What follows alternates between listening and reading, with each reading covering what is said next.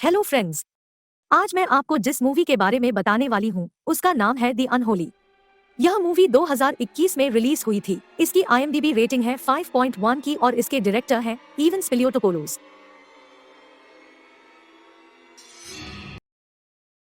Movie के शुरुआत में दिखाया जाता है कि सन 1845 में बैनफील्ड में एक प्रीस्ट और कुछ कैथलिक लोग एक लड़की को बुरी आत्मा के वश में रहकर उसकी बात मानने और जादू टोना करने के अपराध में चर्च के पास एक पेड़ पर लटका देते हैं और उसके चेहरे पर मदर मेरी के चेहरे के आकार का मास्क लगाकर उसे जिंदा जला दिया जाता है और प्रीस्ट उसकी आत्मा को एक डॉल में कैद कर लेते हैं।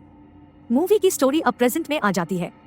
दिखाया जाता है कि एक रिपोर्टर जिसका नाम गैरी फेन है, वो पहले एक बड़ा रिपोर्टर हुआ करता था।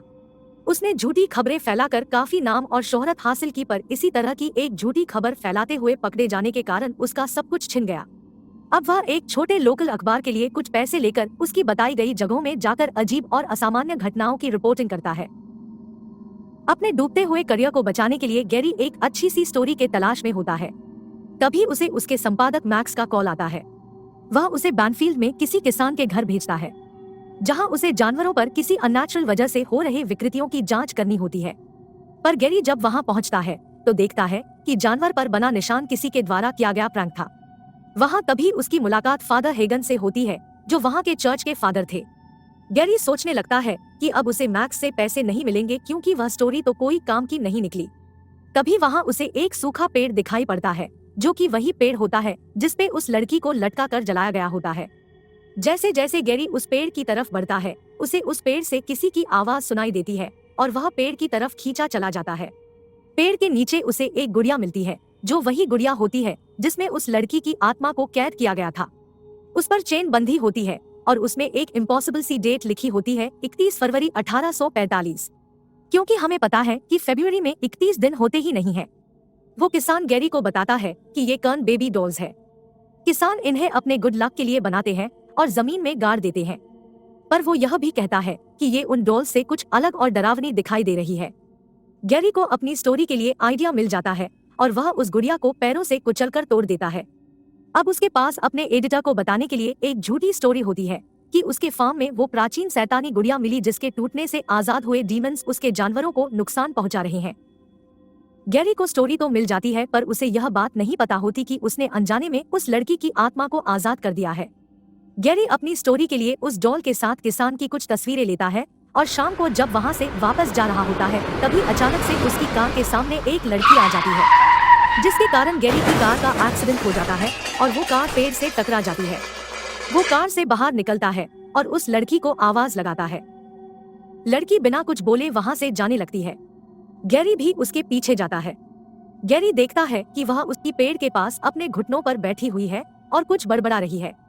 थोड़ी देर बाद वो लड़की बेहोश होकर नीचे गिर जाती है। गैरी उसे उठाकर पास के चर्च ले जाता है, जहां फादर हेगन होते हैं। वो डॉक्टर नैटली गेट्स को कॉल करते हैं। उसके आने के बाद लड़की को होश आ जाता है। तब गैरी देखता है कि वह लड़की साइन लैंग्वेज में बात कर रही है। गैरी को नैटली पास के मोटल छोड़ने जाती है। जिनको नहीं पता, मोटल ऐसे होटल्स को कहते हैं जिसमें रूम्स पार्किंग से सीधा एक्सेस की जा सकती है। तो गैरी के पूछने पर नैटली उसे बताती है कि उस लड़की का नाम एलिस है। उसके माता पिता का देहांत हो चुका है और वह अपने चाचा फादर हेगन के साथ रहती है। गैरी नैटली को पूछता है कि वो साइन लैंग्वेज में क्यों बात कर रही थी, क्योंकि उसने उसको पेड़ के पास बात करते सुना था। नैटली गैरी को बोलती है कि जरूर तुम्हें वहम हुआ होगा क्योंकि तुमने शराब पी रखी है। वो बताती है कि एलिस बचपन से ही गूंगी है। नैटली उसको मोटल में छोड़ के वापस चली जाती है। अगली सुबह गैरी अपनी कार बनवाने गराज जाता है, जहाँ वो मैक्स को सारी बातें बताता है कि किस तरह वह एलिस से मिला जो गूंगी है, पर उसने उसे बोलते देखा। गैरी डिसाइड करता है कि वो एलिस की स्टोरी कवर करने के लिए बैनफील्ड में ही रुकेगा। कुछ समय बाद सब चर्च में प्रेयर के लिए इकट्ठा होते हैं, पर प्रेयर के बीच में ही एलिस को किसी की आवाज सुनाई देती है और वो उस आवाज के पीछे जाने लगती है। उसके साथ वहां मौजूद सारी लड़कियां भी उसके पीछे जाने लगती है। सब चर्च के बाहर आ जाते हैं और देखते हैं कि एलिस उसी पेड़ के पास जाकर रुक गई है और बिना कुछ बोले बस पेड़ को देखती जा रही है। एलिस को पेड़ के पास एक लड़की की आत्मा दिखाई देती है। जब फादर हेगन एलिस को छूते हैं तो एलिस पहली बार सबके सामने बोलने लगती है।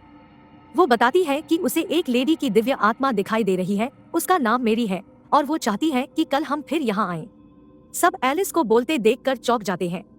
उन्हें लगता है कि ये मदर मेरी है, जो एलिस से बात करती है और उन्हीं के चमत्कार के कारण एलिस बोल पा रही है।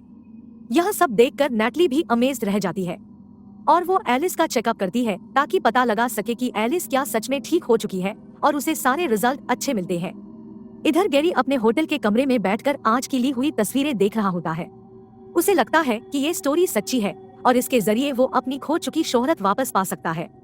वह अपने पुराने न्यूज एजेंसी की फेलो एम्प्लॉय मोनिका को कॉल करता है और उसे इस स्टोरी के बारे में बताता है, पर मोनिका उसे मना कर देती है क्योंकि यह वही न्यूज चैनल होता है जिसकी प्रतिष्ठा गैरी की फेक स्टोरीज के कारण खतरे में आ गई थी और जिसके कारण कई एम्प्लॉयज को अपनी नौकरी से हाथ गंवाना पड़ा था। आगे हमें दिखाया जाता है कि गैरी जब सोता है तो उसे अजीब से डरावने सपने आने लगते हैं। सपने में गैरी को एक पुराना घर दिखाई देता है जिसके सामने पानी बह रहा है। पानी से अचानक एक फिगर निकलता है जिसका चेहरा नहीं होता है और वो उस पर हमला कर देता है। तभी गैरी के सर पे पानी टपकने लगता है और उसकी नींद खुल जाती है। वह देखता है कि उसके सीलिंग पर काई जमी है और उससे पानी टपक रहा है। अगली सुबह एलिस के कहे अनुसार सभी लोग चर्च के बाहर उस पेड़ के पास इकट्ठा हो जाते हैं।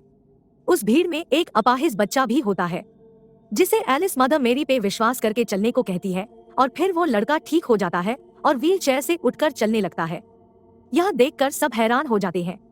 गैरी यह सब कुछ कैमरे से रिकॉर्ड करता है। एलिस सबको मेरी पे विश्वास करने को कहती है और मैरी को शुक्रिया अदा करती है, पर तभी हमें दिखाया जाता है कि चर्च के अंदर जो मदर मेरी की स्टैचू रखी है उसके आंखों से खून बह रहा है। अगले दिन गैरी के भेजे गए वीडियोस बड़ी न्यूज बन जाती है। बोस्टन के बिशप जेम्स गेल्स एक प्रेस कॉन्फ्रेंस करते हैं जिसमें वो बताते हैं कि पिछले कई सालों में मदर मेरी की 3 श्राइन्स बनाई गई है जिसमें लाखों लोग पूजा करने आते हैं। तो गैरी पूछते हैं कि क्या बैनफील्ड भी एक श्राइन बन सकता है। इस पर जेम्स कहते हैं कि उसके लिए उन्हें हो रहे चमत्कारों के वास्तविकता की पुष्टि करनी होगी। इसके लिए वो वेटिकन द्वारा जांच के लिए नियुक्त किए गए व्यक्ति डेलगार्ड मॉन्सिग्ना को बुलाते हैं। फादर मॉन्सिग्ना चमत्कारों के वास्तविकता के जांच के लिए 3 कंडीशंस बताते हैं कि ठीक की गई बीमारी लाइलाज होनी चाहिए, इलाज तत्काल होना चाहिए और इलाज पूरा होना चाहिए। फादर मॉन्सिग्ना कहते हैं कि एलिस के चमत्कारों के बारे में ये सब चीजों को साबित करना होगा, तभी इसे चमत्कार माना जाएगा। जेम्स, फादर मॉन्सिग्ना दोनों गैरी से अकेले में मिलते हैं क्योंकि एलिस को बस गैरी से बात करने में दिलचस्पी थी। गैरी एलिस के पर्सनल इंटरव्यू के लिए खुद को नियुक्त करने के लिए उनसे कहता है, जिस पर फादर मॉन्सिग्ना पहले तो मना करते हैं क्योंकि उन्हें गैरी की पुरानी बातें पता होती है कि कैसे वो झूठी खबरें फैलाते पकड़ा गया था। पर जेम्स के कहने पर वो भी मान जाते हैं कि गैरी को दूसरा मौका दिया जाना चाहिए। इधर पेड़ को सुरक्षित रखने के लिए उसके चारों तरफ बड़ा सा टेंट लगाया जाता है। फादर हेगन को भी थोड़ा एलिस के साथ हो रही चीजों पर शक होता है, जिस कारण से वो पेड़ के पास जाते हैं जहां उन्हें जमीन में गड़ी वो टूटी हुई गुड़िया मिलती है। जैसे ही फादर हेगन उसे उठाते हैं, उस पेड़ से वो आत्मा उसे मारने के लिए निकलने लगती है। वो फादर हेगन पर हमला करने वाली होती है, तभी वहाँ कोई काम कर रहा वर्कर आ जाता है और फादर हेगन बच जाते हैं। गैरी एलिस का इंटरव्यू रिकॉर्ड कर रहे होते हैं, तभी वहाँ फादर हेगन आ जाते हैं और एलिस को ये बोलकर बाहर भेज देते हैं कि वो गैरी से अकेले में बात करना चाहते हैं। वो गैरी को कहते हैं कि मैं जानता हूँ तुम एलिस का फायदा उठा रहे हो। इस पर गैरी कहता है कि एलिस एक अच्छी लड़की है और अगर उसे ईश्वर के द्वारा शक्तियाँ मिली है तो इसे दुनिया को देखना चाहिए, इसमें गलत क्या है। तब फादर हेगन बताते हैं कि जितने भी लोगों ने अब तक मदर मेरी को देखने की बात कही है, उनके जिंदगी में आगे उनके साथ बुरा ही हुआ है और जहाँ भगवान अपना चमत्कार दिखाते हैं वहाँ शैतान भी होता है जो ईश्वर से हमारा विश्वास हटाना चाहता है। इधर गैरी जब अपने होटल रूम जाते हैं तो बैनफील्ड के इतिहास पर और रिसर्च करने लगते हैं। अगली सुबह चर्च में एलिस, फादर हेगन, गैरी और डेलगार्ड मॉन्सिग्ना के सामने बहुत सुंदर गाना गाती है। तभी फादर हेगन की तबीयत अचानक खराब हो जाती है, उनको सांस लेने में तकलीफ होने लगती है और वो जमीन पर बैठ जाते हैं। तब एलिस उन्हें मेरी पर विश्वास करने और उनका साथ देने के लिए फादर हेगन को कहती है और उनके सीने पर हाथ रखती है, जिसके बाद फादर हेगन ठीक हो जाते हैं। पर उन्हें तभी एलिस के पीछे वो आत्मा दिखाई देती है। इधर डॉक्टर नैटली फादर हेगन के फेफड़ों के एक्सरेज जो बीमारी के समय के और एलिस के चमत्कार के बाद में लिए गए हैं उन्हें कंपेयर करती है और पाती है कि एलिस के हाथ रखने के बाद उनके फेफड़े बिल्कुल ठीक हो चुके हैं। गैरी, फादर मॉन्सिग्ना और जेम्स भी वहाँ होते हैं और डॉक्टर नैटली की बातें सुनकर दंग रह जाते हैं। गैरी उनसे पूछता है कि चमत्कार को साबित करने की तीनों शर्तें पूरी हो गई है, जिस पर जेम्स हाँ बोलते हैं और अगले दिन ही उनके द्वारा उस जगह को पवित्र जगह के रूप में घोषित कर दिया जाता है। न्यूज में दिखाया जाता है कि एलिस कुछ लोगों की हीरो और उनकी आदर्श बन जाती है, तो कुछ लोग इस सब से डरकर बैनफील्ड छोड़कर जाने लगते हैं। इधर गैरी को मोनिका का वापस कॉल आता है और वो उसको उसकी नौकरी वापस ज्वाइन करने का ऑफर देती है, इस पर गैरी कहता है अब उसे एडिटर की पोजीशन चाहिए, जिसपे मोनिका उसे सोचकर बताने की बात कहती है। इधर फादर हेगन को चर्च के दीवार के सुराख में एक पुरानी डायरी मिलती है जिस पर शैतानों और उनके रिचुअल्स के बारे में लिखा होता है। आगे दिखाया जाता है कि गैरी डॉक्टर नैटली के साथ ड्रिंक के लिए जाते हैं, जहां गैरी उन्हें गुड़िया के बारे में बताता है कि उसे पेड़ के नीचे चैन से बंधी हुई एक गुड़िया मिली जिस पर 31 फरवरी का इम्पॉसिबल डेट लिखा था, जिसको सुनकर डॉक्टर नैटली थोड़ी असहज हो जाती है और गैरी को बताती है ये डॉल्स गुड लक के लिए तो यूज होती ही है, पर कहते हैं कि इनमें बुरी शक्तियों को भी कैद किया जाता है और उन्हें चेन से बांधकर एक इम्पॉसिबल सी डेट लिख दी जाती है ताकि वो बुरी शक्तियां हमेशा के लिए उस डॉल में ही कैद हो जाए। यह सुनकर गैरी सोच में पड़ जाता है कि उसने तो उस डॉल को तोड़ दिया है, पर वह यह बात नैटली को नहीं बताता। ड्रिंक के बाद वो दोनों वॉक के लिए जंगल की तरफ जाते हैं, जहां गैरी को झरने के सामने वही पुराना घर दिखाई देता है जो उसने सपने में देखा था। ये बात नैटली को बताता है तो वह उसे कहती है कि ये पहले चर्च की प्रॉपर्टी थी। तभी गैरी को पानी में देखने पर वही बुरी आत्मा दिखाई पड़ती है और वह डर जाता है। तब वह नैटली से कहता है उसे फादर हेगन से कुछ बात करनी है। इधर फादर हेगन वो डायरी पढ़ लेते हैं जो कि उसी प्रीस्ट की डायरी होती है जिसने उस आत्मा को सन 1845 में कैद किया था, पर वह आत्मा नहीं चाहती थी कि ये बात फादर हेगन किसी को बताए, इसलिए वो उन्हें चर्च में ही फांसी पर लटका के मार देती है। जब गैरी वहां पहुंचता है तो फादर हेगन को फांसी से लटका हुआ पाता है। वो बिशप जेम्स से कहता है कि फादर हेगन आत्महत्या नहीं कर सकते, पर जेम्स गैरी को ये बात छुपाने को कहता है और ये बात दबा देता है। जब एलिस को यह पता चलता है तो वह टूट जाती है। गैरी उसके पास उसका इंटरव्यू लेने जाता है तो उसे इस हालत में देखकर इंटरव्यू बाद में करने की बात कहता है। इस पर एलिस कहती है कि नहीं, मेरी चाहती है कि उसके काम को जल्दी आगे बढ़ाया जाए। गैरी इंटरव्यू रिकॉर्ड करना चालू करता है और एलिस से पूछता है कि फादर हेगन कहते हैं कि जहां ईश्वर होता है वहां शैतान भी होता है। वो एलिस को पूछता है कि क्या तुम्हें लगता है कि उन्हें शैतान ने मारा है। इस पर एलिस कहती है कि मेरी के रहते ऐसा नहीं हो सकता। वो कहती है कि मेरी पर से विश्वास मत हटाओ और उस पे शक मत करो। रात में जब गैरी इंटरव्यू की रिकॉर्डेड फुटेज देखता है तो उसे वही काले चेहरे वाला डिस्टर्ब फिगर दिखाई देता है, जिसे देखकर वह डर जाता है और उसे समझ आ जाता है कि ये कोई शैतानी आत्मा है जो एलिस को यूज कर रही है। अगली सुबह फादर हेगन के फ्यूनरल के समय गैरी डॉक्टर नैटली के साथ चर्च के पुराने रिकॉर्ड्स देखने जाते हैं, जहां उन्हें वही पुरानी डायरी मिलती है जो फादर हेगन को मिली थी। डॉक्टर नैटली उसे पढ़कर बताती है 1845 में मेरी एल्नोर नाम की एक लेडी थी जिसके पास जादुई शक्तियां थी, जिससे वो लोगों की बीमारियां ठीक करती थी। उसने मदर मेरी के दिखने का ढोंग किया और लोगों को खुद को उन्हें समर्पित करने को कहा। जो उनके खिलाफ गया उसकी बुरी तरह मौत हो गई। आखिरकार फादर प्रिस्कॉट और बाकी लोगों ने मिलकर उसका मुकाबला किया और उसी पुराने घर के पास के ठंडे पानी के झरने में उसे टॉर्चर करके सच उगलवाया गया। उसने कबूल किया कि वो शैतान के कहने पर यह सब कर रही थी। फादर प्रिस्कॉट और बाकी लोगों ने उसे चर्च के उसी पेड़ से बांधकर जला दिया था और उसकी आत्मा को कर्न डॉल में कैद कर लिया। अब गैरी और नैटली को मेरी एल्नोर के बारे में सब पता चल गया था, जिसके कारण उसकी आत्मा गुस्सा हो जाती है और उन पर हमला कर देती है। वो दोनों बड़ी मुश्किल से वहां से बच के निकलते हैं। फादर हेगन के फ्यूनरल के बाद एलिस को फादर मॉन्सिग्नोर अपने साथ वापस ले जाते हैं।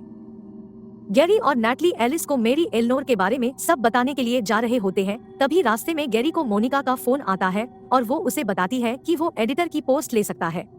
इस पर गैरी उसे मना कर देता है और कहता है कि ये सब खबर झूठी थी। उसने अपने फायदे के लिए ये झूठी खबर फैलाई और वो ये सब टेलीकास्ट नहीं करवाना चाहता।